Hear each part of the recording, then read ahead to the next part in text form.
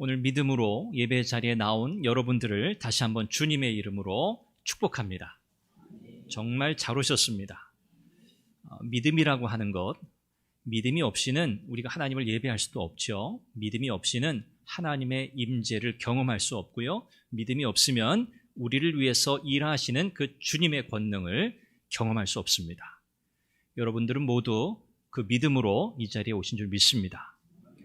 마음속에 우리 주님을 향한 그 신실한 믿음을 늘 간직하시기 바라고, 그 믿음이 날마다 새로워지기를 늘 간구하시고 믿음으로 승리하시기를 주님의 이름으로 축원합니다. 예수님께서 많은 사람의 열광적인 그 반응을 얻으시면서 가버나움에서 일대 센세이션이라고 할까요? 많은 사람들로부터 굉장한 그 반응을 얻으셨습니다. 그리고 오늘 본문에 보니까 그 가버나움을 떠나셔서 예수님의 고향인 나사렛으로 오셨습니다. 예수님은 베들레헴에서 출생하셨죠. 그런데 나사렛에서 성장하셨어요. 그래서 나사렛을 예수님의 고향이라 이렇게 부릅니다. 나사렛 사람들, 고향 사람들의 반응은 어땠나요? 가버나움에서는 대단했거든요. 그런데 고향 나사렛에서는요, 고향 사람들의 반응이 영 시원치 않습니다. 정반대의 반응을 보이고 있어요. 예수님의 고향에서 예수님은 고향 사람들로부터 환영이 아니라 배척을 당하셨습니다. 정반대죠. 환영과 배척. 그러면 나사렛 사람들은 왜 예수님을 배척했을까요? 개인적인 원한이 있어서였겠습니까? 그렇지 않습니다. 나사렛 사람들은 예수님이 누구신지 잘 알고 있어요. 그 동네에서 자랐으니까요. 그리고 예수님께서 다른 지역에서 놀라운 일들을 행하셨다는 그 소식을 그들도 들어 알고 있습니다. 그럼에도 불구하고 이 나사렛 사람들은요, 예수님에 대해서 예수님이 무슨 놀라운 일을 행하셨든지, 예수님이 어떤 놀라운 가르침을 행하셨든지 사실 거기에 대해서는 그렇게 큰 관심이 없었어요. 왜 나사렛 사람들은 이렇게 시큰둥한 반응을 보였을까? 이 나사렛 사람들은요, 스스로 자기가 나사렛 출신이라는 거에 대해서 굉장히 자부심이 없어요. 좀 부끄러워요. 나사렛 출신? 누가 나에 대해서 당신 나사렛 출신이지? 라고 하는 그 이야기를 듣고 싶지 않아요. 굉장히 부끄럽게 여기는 그 동네가 바로 나사렛이었습니다. 규모가 작아서이기도 하고요. 여러 가지 지리적인 여건, 상황. 그래서 이 나사렛 사람들은 자존감이라고 하죠. 자존감이 굉장히 낮은 거예요. 자존심은 세요. 그런데 자존감이 굉장히 낮아요. 이 나사렛 출신이라고 하는 말은 한마디로 부끄러운 말이었어요. 이 나사렛 사람 스스로가 자기 동네 마을에 대한 자부심이 전혀 없는 겁니다. 자, 이런 나사렛 출신 예수님, 이 사람들은 예수님을 너무나 잘 알고 있었습니다. 가족도 잘 알고 있고요. 예수님의 직업, 목수셨죠? 예수님이 하는 일도 알고 있었고요. 예수님의 형제들, 또 그 누이들 너무나 잘 알고 있습니다. 그리고 그들은 이 나사렛에 대해서 늘 그렇게 생각했어요. 이 나사렛에서는 어떤 선한 것도 날 수 없다. 이 동네에서 어떤 위대한 인물도 나올 수 없다. 선지자? 그런 사람은 나올 수 없는 동네지. 형편없는 동네야. 소망이 없는 동네야. 나사렛 사람 스스로가 그렇게 생각하고 있었습니다. 사실 아무런 근거가 없는 생각이거든요. 그냥 그들 스스로 일종의 자격지심 같아요. 자기 동네에 대한 자부심이 전혀 없어요. 그런데 근거가 없습니다. 그렇게 생각하지 않아도 되거든요. 작은 동네라고 스스로 그렇게 움츠러들지 않아도 되거든요. 그런데 스스로 그렇게 생각했어요. 자기들만의 생각이었죠. 자기들만의 판단이었습니다. 다른 사람들이 나사렛에 대해서 좋게 생각하든 나쁘게 생각하든 그게 무슨 문제입니까? 내가 그렇게 생각하지 않으면 되죠. 내가 내 동네에 대해서, 내 고향에 대해서 자부심을 가지면 되죠. 다른 사람들이 그 별 볼 일 없는 동네, 그 작은 동네, 나사렛 처음 들어보는데 그런들 무슨 상관입니까?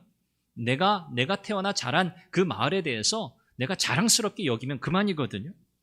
그런데 이 나사렛 사람들은요, 다른 사람들이 나사렛을 어떻게 생각하는지에 굉장히 영향을 많이 받은 거예요. 그러지 않아도 되는데. 그리고 그 태도, 그 자세, 이것을 예수님을 비판하는데 그대로 사용하고 있습니다. 어떤 사람이든 어떤 사물에 대해서든 우리가 선입견을 가질 수 있습니다. 선입견. 이 선입견이 굉장히 확고하게 확신으로 굳어지게 되면요, 이것이 이제 고정관념이 돼요. 고정관념. 흔들리지 않아요. 바뀌지 않습니다. 이렇게 굳어진 생각은요, 한 사람의 판단에 영향을 미치죠. 그래서 결국은 공평하지 않은, 불공정한 판단을 내리게 됩니다. 또 태도를 취하게 됩니다. 이것이 바로 편견입니다. 편견. 사전적으로는 선입견이든 고정관념이든 편견이든 거의 같은 의미로 사용이 되지만, 그러나 그 의미들을 조금 구분해 본다면 이렇게 우리가 생각해 볼 수 있어요. 선입견이 고정관념을 가져오고요, 이 고정관념이 결국 편견이 된다는 거예요. 편견은 그냥 마음의 생각만이 아니고요, 구체적인 태도와 행동으로까지 드러나게 되어 있습니다. 바이러스만 전염되는 게 아니죠. 사람의 말도, 사람의 태도, 행동도 다 전염됩니다. 그래서 비판하기 좋아하고 늘 부정적인 태도를 가진 사람 곁에 가면 어떻게 될까요? 전에 그러지 않은 사람도 비판하기 시작하고요, 부정적인 말들을 하기 시작합니다. 그것이 마음에 자리 잡으면 태도로 드러나게 돼요. 그래서 우리는 늘 비판하기 좋아하는 사람이나 부정적인 태도로 일관하는 사람 곁에 있어서는 안 되고요, 긍정적인 사람, 어떻게 해서든지 좋은 방향을 찾으려는 사람, 이런 사람과 잘 어울려야 돼요. 그렇죠? 오늘 우리의 신앙생활도요, 마찬가지입니다. 우리의 신앙생활에 전혀 도움이 되지 않는 요소들이 되게 많아요. 이 나사렛 사람들이 가지고 있었던 근거 없는 생각들, 우리는 형편없어, 우리는 소망이 없어, 나사렛 여기서 뭐 좋은 게 나오겠어? 이런 생각들이 있죠. 근거가 없어요. 오히려 우리의 삶의 신앙생활에 방해가 되는 생각, 행동, 태도, 편견, 이 모든 것들은 다 내버려야 합니다. 내버려야 해요. 도움이 되지 않는 것들 버리는 게 마땅하죠. 유익하지 않는 것들 버리는 게 마땅하죠. 비판적인 언사, 비난하는 말, 태도, 행동 버리는 게 마땅하죠. 그렇습니다. 다 내버려야 돼요. 오늘 이 본문에서 나사렛 사람들은요, 예수님에 대한 편견을 극복하지 못했습니다. 그 결과는요, 예수님이 나사렛을 떠나서 다시 이 동네에 오시지 않습니다. 예수님이 이 나사렛에서 기적을 거의 행하시지 않습니다. 예수님을 믿음으로 바라보아야 하는데 믿음으로 바라보지 못했던 그들의 편견, 그들만의 선입견, 고정관념, 그것이 결국은 우리 주님의 놀라운 은혜 역사를 가로막은 셈이죠. 오늘 우리 자신과 또 우리가 속해 있는 신앙 공동체인 교회를 위해서도요, 우리는 우리의 믿음을 가로막는 모든 장애 요소들, 그것이 무엇이든 다 내려놓아야 합니다. 아까워하지 마세요. 그것이 전통이든 어떤 암묵적인 규범이든 상관없어요. 우리가 택해야 할 것은 믿음이지 우리의 전통이 아닙니다. 우리가 익숙하게 해오던 일들이 아닙니다. 우리가 그렇게 생각해 오던, 공유하고 있는 우리만의 특별한 정서가 아닙니다. 우리가 붙들어야 할 것은요, 오직 믿음입니다. 오늘 성경은 우리에게 이것을 가르쳐요. 편견 없이 믿음으로 나아가야 한다는 거죠. 어떻게 하면 우리가 편견 없이 믿음으로 나아갈 수 있을까요? 오늘 본문은 두 가지를 우리에게 가르칩니다. 첫 번째는요, 사람이 아니라 메시지에 집중해야 한다는 거예요. 메시지에 집중하라. 예수님께서 안식일이 되어 회당에서 가르치셨어요. 나사렛 사람들이 그 이야기를 다 들었습니다. 그리고 깜짝 놀랍니다. 예수님이 가르치시는 그 가르침이요, 보통 사람들의, 보통 랍비들의 가르침이 아니에요. 그 지혜가 얼마나 뛰어났던지, 그 가르침의 능력이 얼마나 대단했던지 그들이 놀랐습니다. 여기 놀랐다고 하는 이 헬라 단어는요, 정신을 잃을 정도로 크게 한 방 꽝 맞은 상태를 가리키는 표현이에요. 정신 못 차리는 거예요. 어리둥절한 거예요. 이게 도대체 무슨 일이지? 지금까지 이만한 충격을 받아본 적이 없을 만큼 놀랐을 때 사용되는 그 헬라 단어가 바로 여기 사용된 놀랐다라고 하는 단어예요. 그냥 와, 이 정도가 아니에요. 조금 하네? 그 정도가 아니에요. 예수님의 가르침은요, 완전히 달랐어요. 그들이 전혀 들어보지 못했던 가르침이에요. 그래서 놀란 겁니다. 그들은 도대체 나사렛 출신인 우리가 너무나 잘 알고 있는 이 예수가, 이 젊은 청년이 어떻게 이런 가르침을 우리에게 줄 수 있는지 이해하지 못했어요. 도대체 어디에서 그는 이런 능력을 받았는가? 그는 어디서 이런 가르침을 줄 수 있는 지혜를 얻었는가? 모두 궁금해했어요. 그들의 상식으로는 이해할 수 없는 일이에요. 아니, 나사렛 출신이 어찌 이런 가르침을 줄 수 있어? 우리가 들어보지도 못했던 충격적인 메시지를 그들이 들은 거예요. 그러나 그들은 도대체 어디로부터 예수님이 그런 능력을 받았는지 깨닫지 못했어요. 그리고 예수님의 가르침과 그 능력에 놀란 것도 잠시뿐입니다. 잠시. 그들은 예수님이 전하시는 이 메시지, 그 놀라운 복음의 능력에 그들은 사로잡혔어야 해요. 그런데 놀라움은 잠시고요. 그들은 예수님이라고 하는 그 사람의 배경에 집착하기 시작합니다. 예수? 우리가 아는 예수? 우리가 아는 예수라면 그가 이런 놀라운 일을 행할 수가 없는데. 이 예수는 어떤 사람인가? 오늘 성경은 나사렛 사람들이 예수님을 어떻게 이해하고 있는지 보여주죠. 마리아의 아들 목수 그랬어요. 마리아의 아들 목수. 보통 유대인들은요, 아버지의 이름을 따라 아들을 부릅니다. 그러니 정상적으로 부르면 어떻게 불러야 돼요? 요셉의 아들 예수 이렇게 불러야 돼요. 그런데 이 시점은 요셉이 이미 죽은 시점이에요. 요셉은 없어요. 그래도 아버지가 없어도, 가장이 없어도 통상 그 아버지의 이름으로 불러요. 요셉의 아들 예수 이래야 돼요. 그런데 마리아의 아들 이렇게 부릅니다. 이것은 대단히 모욕적인 표현이에요. 어머니의 이름으로 아들을 부르지 않아요. 이 나사렛 사람들은요, 한마디로 예수님을 굉장히 깔보고 있는 거예요. 아버지 없이 어머니의 아들로 예수를 부르고 있어요. 모욕하는 거예요. 의도적이에요. 또 예수님을 목수라 그렇게 부릅니다. 예수님의 직업이죠. 아버지가 하시던 일이잖아요. 요셉이 하던 일이잖아요. 가업이죠. 목수. 이 목수라는 직업도요, 굉장히 하찮은 직업이에요. 이 조선시대의 백정, 그들은 이름이 없잖아요. 이름도 없어요. 그렇죠? 사람 취급 못 받았어요. 그 정도까지는 아닐 수 있지만 목수라고 하는 직업도요, 굉장히 깔보는 거예요. 아유, 목수? 아유, 너무 별 볼 일 없잖아. 너무 하찮잖아. 아니, 목수가 어떻게 우리에게 회당에서 하나님의 말씀을 가르칠 수 있어? 도무지 받아들일 수 없는 거예요. 그리고 그들이 또 이야기하죠. 저 예수는 우리가 너무나 잘 아는데 그 형제들도 우리가 잘 알잖아. 야고보, 시몬, 유다, 요한, 그리고 그 누이들, 그 자매들도 있는데 우리 아내가 되어 있잖아.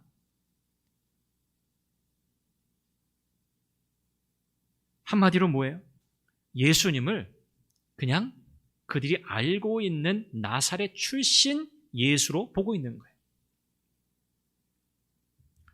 나사렛에서는 선한 것이 나올 수 없다라고 하는 그들의 오래된 굳은 생각, 그들의 전제, 이것으로 예수님을 바라보았기 때문에 예수님의 가르침을 듣고도 그들은 예수님이 우리가 알던 그 예수가 아닌 또 다른 분이구나. 예수님이 선지자적 인물이구나. 예수 그리스도가 예수님이 메시아구나 라는 것을 그들은 전혀 생각하지 못했던 거예요. 그저 평범한 목수였습니다. 과거의 사실이나 기존에 가지고 있던 편견으로 우리가 무엇을 볼 때 어떻죠? 지금 우리에게 주어지는 어떤 메시지나 어떤 새로운 일들, 기적 같은 일들, 이런 것들이 잘 받아들여지지 않습니다. 왜냐하면 과거에 사로잡혔기 때문이죠. 우리의 전통에 사로잡혔기 때문이죠. 그러니까 지금 우리에게 선포되고 있는 이 말씀을 받아들이지 못하는 거예요. 우리의 신앙생활의 큰 적 가운데 하나가 바로 이겁니다. 큰 적. 우리의 경험, 우리의 신앙생활의 연수, 다 의미 있죠. 얼마나 중요합니까? 그러나 그것들이 우리가 주님을 제대로 보고 우리가 온전한 믿음으로 주님 앞에 나아가는 일을 방해할 수 있는 요소가 될 수 있다는 거예요. 우리는 그것을 기억해야 돼요. 예수님은 선지자가 자기 고향과 자기 친척과 자기 집 외에서는 존경을 받지 못함이 없다, 이렇게 말씀하세요. 한마디로 하면 자기 고향에서는 배척받는다, 그 말이에요. 인정받지 못한다는 말이죠. 예레미야 선지자도 자기 고향 아나돗에서 환영받지 못했어요. 배척당했습니다. 예수님도 똑같았어요. 나사렛 사람들이 이처럼 예수님을 환영하지 않고 예수님을 배척한 이유는요, 딱 한 가지예요. 예수님을 그냥 그들이 알던 사람으로 보았기 때문이에요. 그들이 익숙하게 알던 집안 사람, 그들이 알던 청년 중 한 사람으로 보았기 때문이에요. 그분이 전하는 그 메시지가 이건 범상치 않구나. 이건 그냥 평범한 한 사람이 할 수 있는 가르침이 아니구나. 그들이 깨달았어야 해요. 그리고 예수님을 다시 봐야 돼요. 우리가 알던 예수가 아닌데? 그러나 그들은 메시지가 아니라 사람에게 집중했어요. 다 필요 없다는 거예요. 메시지가 얼마나 놀랍고 대단하고 엄청나고 충격을 받을 만한 메시지인지 그들이 경험했잖아요. 그런데도 불구하고 그건 중요하지 않아요. 그들은 여전히 사람 예수로만 보고 있어요. 우린 어떤가요? 우리도 사실 다르지 않습니다. 소위 스타 강사라는 사람들이 있죠. 스타 강사. 여러분, 목사 가운데도 스타 목사가 있습니다. 저는 아닙니다. 스타 목사가 있어요. 모르겠습니다. 예민한 문제죠. 조심스러운 이야기죠. 스스로 내가 스타라 그렇게 말하는 분들은 없는 것 같아요. 사람들이 그분을 그렇게 좋아하는 거죠. 스타처럼 그렇게 받드는 거죠. 사실 중요한 것은요, 메시지입니다. 메시지. 그런데 우리는 스타가 아니면 잘 들으려 하지 않아요. 유명하지 않으면 잘 들으려 하지 않아요. 그렇지 않은가요? 텔레비전, 기독교 방송에 나오는 분들 대체로 많이 알려진 분들이 있어요. 여러분, 저 TV에서 본 적 있으세요? 없으시죠? 네, 유튜브에 나옵니다. 네, 공중파, 지상파, 기독교 방송 TV에 나오는 분들은 저명한 분들이 있어요. 제가 그분들을 비난하거나 비판하는 게 아니고요. 정말 대단한 목회자들, 목사님들, 정말 좋은 말씀, 좋은 메시지들 전하시는 분들이 많이 나오시잖아요. 우리의 눈이 그렇다는 거예요. 우리의 생각이 그렇다는 거예요.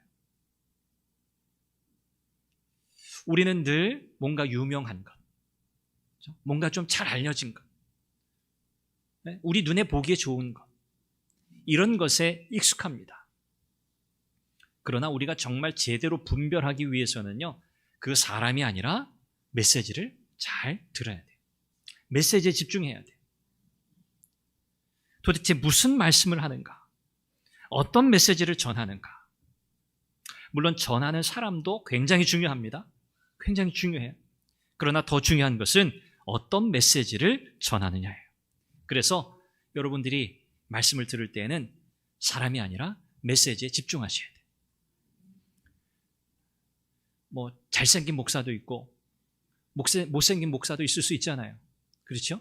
기준은 다 다르겠지만 우리는 늘 첫인상, 이것이 선입견이 되죠. 어쩔 수 없는 것 같아요. 그럼에도 불구하고 우리는 메시지에 집중해야 돼요. 사람에게 열광하고 사람에게 기대하면 어떻습니까? 실망하기 쉬워요. 자신들의 기대가 충족되지 않으면 바로 등을 돌리게 됩니다. 여러분, 우리가 성경을 통해서 보게 되잖아요. 예수님께 열광하면서 예수님을 따랐던 사람들 보세요. 그들이 자신들의 필요에 의해서 예수님을 따랐어요.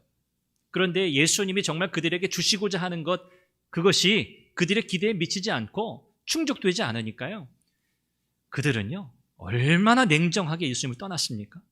등을 돌렸습니까? 심지어는요 예수님을 십자가에 못 박으라고 외치는 그 수많은 무리들 가운데 예수님의 말씀을 들었던 이들이 바로 그 자리에 있었어요. 우리는 다 연약합니다. 연약해요. 눈으로 보는 것 사실 믿을 수 없어요. 우리의 인간의 연약함이 복음의 본질을 뒤죽박죽 흐리게 만들어서는 안 돼요. 그래서 우리는 늘 영적인 분별력을 구해야 합니다.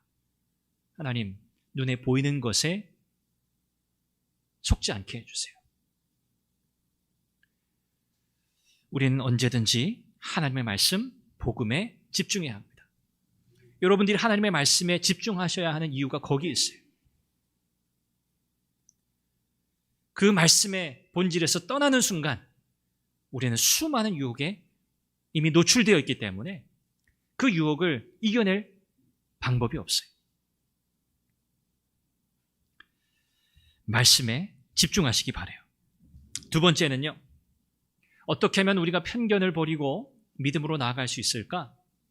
여러분의 가정과 우리 신앙 공동체인 교회를 믿음의 고백으로 채우십시오.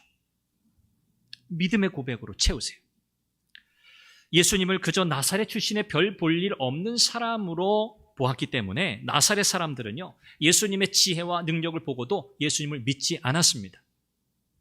믿을만 한데 믿지 않았어요. 그래서 예수님은요 오늘 성경에 보니까 이 나사렛에서 아무런 권능도 행하실 수 없었어요. 예수님이 능력이 없어서 행하실 수 없던 게 아니에요. 예수님이 행하지 않으신 거예요. 행하지 않기로 결정하신 거예요. 그리고 소수의 병자들만을 고치셨다고 말씀합니다. 이 소수의 병자들은 어떤 사람이겠습니까? 믿음으로 예수님께 나아온 사람들이에요. 내가 예수님께 가면 내 병을 고침 받으리라고 믿었던 정말 극소수의 사람들만을 위해서 예수님은 기적을 행하셨어요. 믿음은요 언제나 하나님의 능력을 경험하는 통로입니다. 믿음이 없이는 불가능합니다. 믿음이 없이는 하나님의 임재, 하나님이 나와 함께 하신다, 임마누엘, 예수님이 나와 함께 하신다, 믿을 수 없습니다. 경험할 수 없습니다. 믿음이 전부예요. 이 믿음은요, 특별히 우리 신앙 공동체의 이 교회 안에서 매우 중요한 역할을 합니다. 여러분들이 개별적으로, 개인적으로 신앙생활 다 하시죠. 여러분의 삶의 자리에서. 교회가 필요 없다면 여러분들이 그냥 개인적으로 가정에서 예배하고 기도하고 그렇게 믿음으로 살아가시면 되겠죠. 그러나 하나님은 오늘 교회를 세우셨어요. 교회를 통해서 우리의 믿음이 온전해지도록 이 교회를 세우셨어요. 신앙 공동체를 세우신 거예요. 그래서 우리는 교회에 나와 예배합니다. 우리의 믿음의 지체들과 더불어서 함께 우리의 믿음을 성숙시켜 나갑니다. 교회가 얼마나 중요해요? 그래서 이 교회의 분위기가 너무 중요한 거예요. 교회 분위기.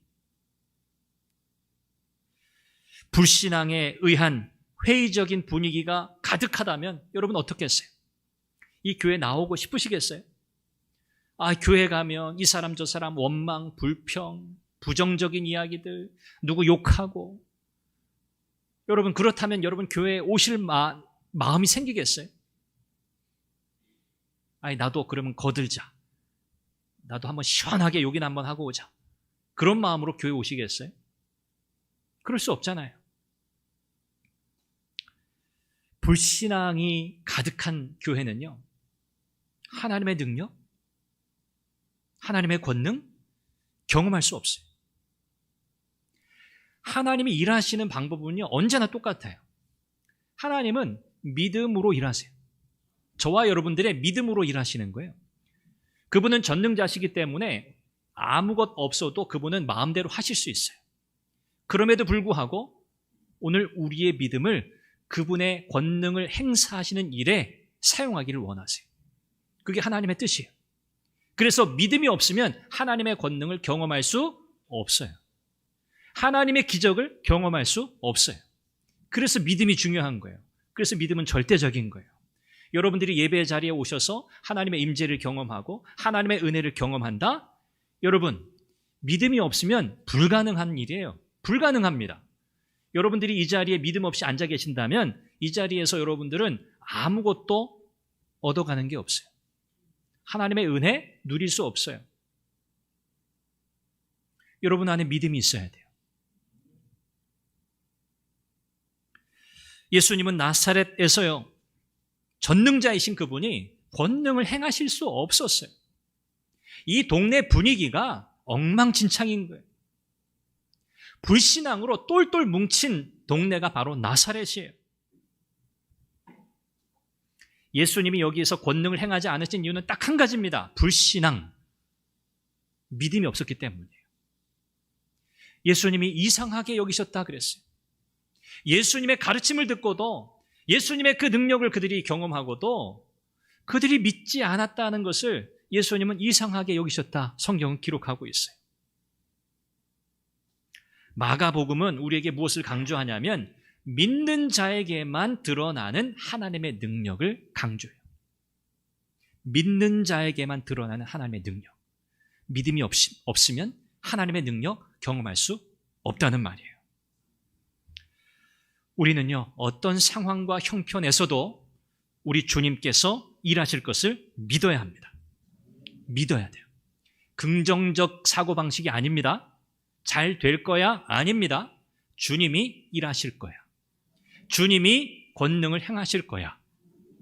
어디예요? 우리의 가정에. 어디예요? 우리의 일터에. 어디예요? 우리 교회에. 여러분의 삶의 자리에서 여러분 이 믿음을 고백하시고 선포하셔야 돼요.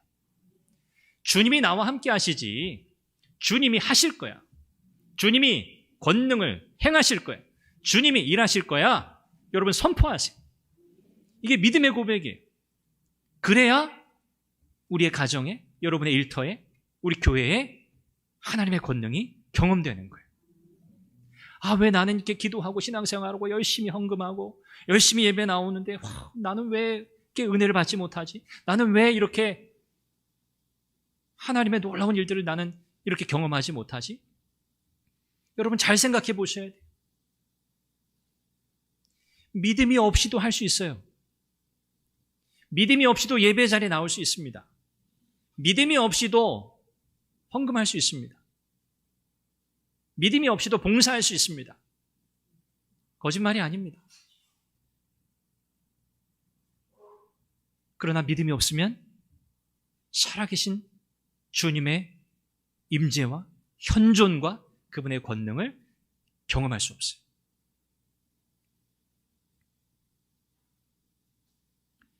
그래서요, 우리 가정이나 우리 일터나 교회 마찬가지예요. 불평, 불만, 부정적인 언사 여러분 하지 마세요. 물론 우리는 연약해서 아마 할 거예요. 습관적으로 또 할 거예요. 그런데 여러분 노력하셔야 돼요. 은혜를 구하셔야 돼요. 주님 도와주세요. 부정적인, 회의적인 분위기는요, 언제나 부정적인 힘을 가지고 있어요. 그렇죠? 말은 사람을 살리기도 하고 죽이기도 하죠. 말에 힘이 있다고 우리가 믿기 때문입니다. 똑같습니다. 여러분, 교회에서 우리 성도님들, 지체들 만날 때마다 여러분 믿음으로 격려하세요. 믿음으로 승리합시다. 한 주도 믿음으로 살아갑시다.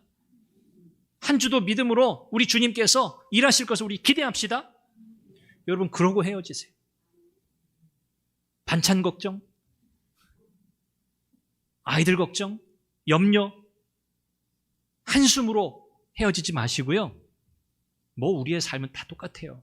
바람 잘 날 없다 하잖아요. 근심 걱정 끊이지 않잖아요. 그건 다 똑같아요. 그러나 우리는 다르게 살 사람들이잖아요. 그러니까 우리는 마지막 인사와 헤어짐의 인사가 그거예요. 믿음으로 승리합시다. 믿음으로. 네.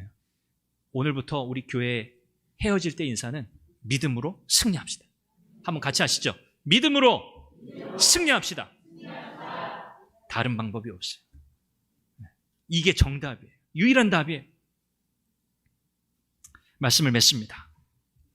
우리가 믿음을 지키는 일이나 또 예수님을 전하는 일에는요, 성경 기록될 이 당시에도 그랬고 오늘날도 마찬가지예요.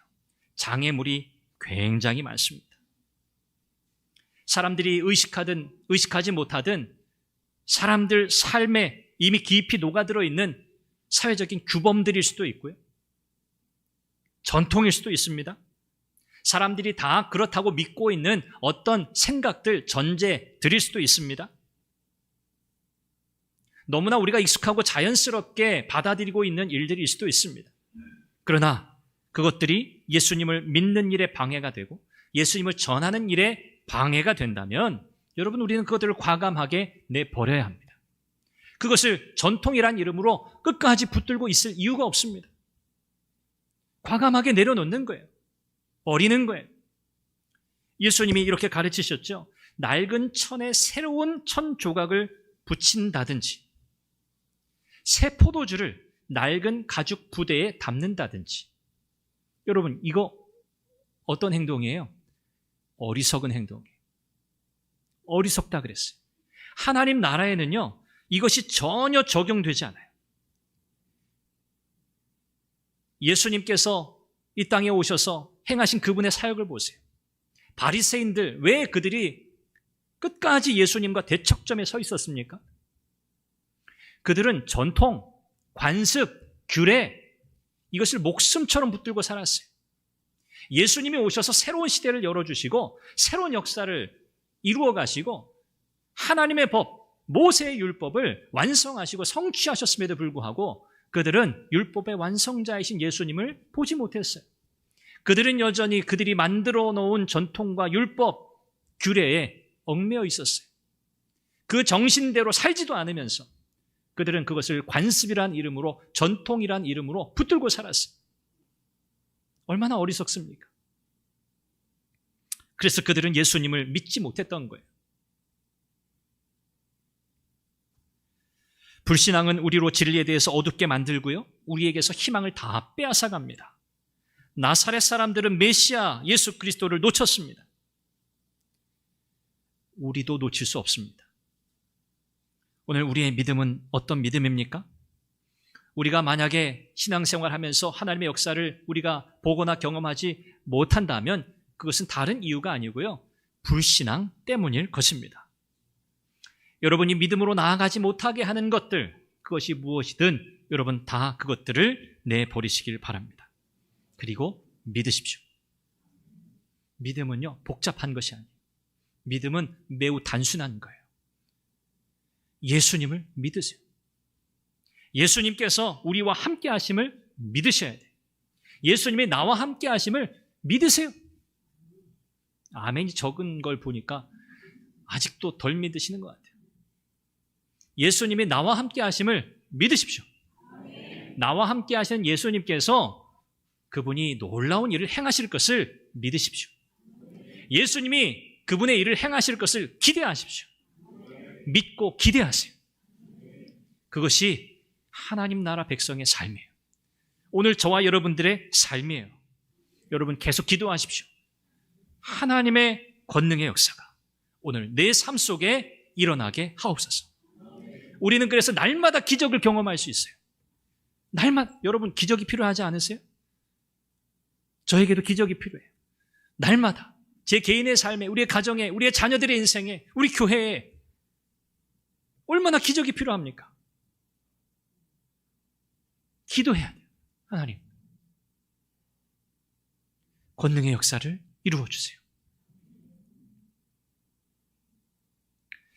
그렇지 않으면 주님은 우리 가운데서 아무런 권능도 행하지 않으실 거예요. 무엇 때문에? 우리의 불신앙 때문에. 그렇게 되면 안 되잖아요. 그렇죠? 다시 한번 따라 하시죠. 믿음으로 승리하자. 믿음으로 기대하자. 주님이 일하실 것이다. 할렐루야. 기도하겠습니다. 우리 한 목소리로 기도하죠. 주님, 나의 믿음 없음을 불쌍히 여기시고 나의 믿음을 굳세게 하옵소서. 우리 주님을 향한 믿음, 흔들림 없는 믿음이 되게 하시고 우리 주님이 나와 함께 하심을 믿게 하시고 주님께서 일하심을 기대하게 하옵소서. 나의 삶 속에, 우리의 가정에, 나의 일터에, 우리 교회에 하나님의 권능의 역사가 일어나게 하옵소서. 우리의 믿음을 통해 일하시는 하나님을 기대합니다. 하나님, 우리의 믿음을 통해 역사하여 주옵소서. 이 기도 제목 가지고 우리 한 목소리로 기도하겠습니다. 자비하신 아버지 하나님, 은혜와 사랑을 감사합니다. 하나님 아버지, 오늘도 주의 도우심을 바라며 간절히 기도합니다.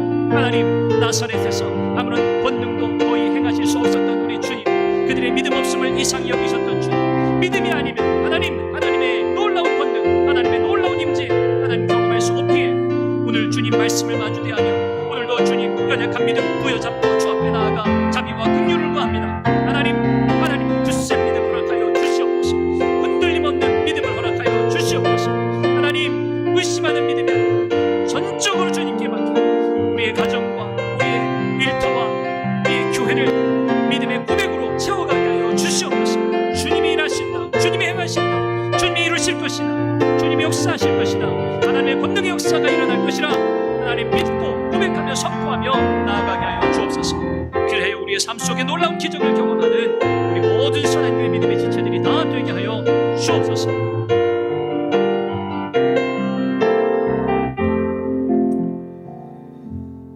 자비하신 아버지 하나님, 오늘도 우리에게 믿음으로 나오라고 말씀하여 주시니 감사합니다. 믿음이 아니면 하나님을 기쁘시게 할 수 없습니다. 믿음이 아니면 하나님의 권능의 역사를 경험할 수 없습니다. 믿음이 아니면 주님께서 나와 함께 하심을 깨달을 수 없고 나와 함께 하시며 나를 위해 행하실 놀라운 주님의 역사를 기대할 수 없습니다. 우리에게 이 믿음, 온전한 믿음 허락하여 주옵소서. 우리를 유혹하고 우리를 넘어뜨리려는 세상의 유혹과 수많은 장애물들, 우리의 편견과 우리의 고정관념, 우리의 선입견들이 이 믿음의 자리로 나아가는 것들 하나님 방해하지 못하도록 하나님 우리의 삶 속에서 철저하게 가려내고 이것들을 다 내어버리게 하여 주옵소서. 순전한 믿음으로 하나님 앞에 나아가며 하나님의 놀라운 권능의 역사를 경험하는 하나님의 백성들이 다 되게 하여 주옵소서. 예수님의 이름으로 기도합니다. 아멘.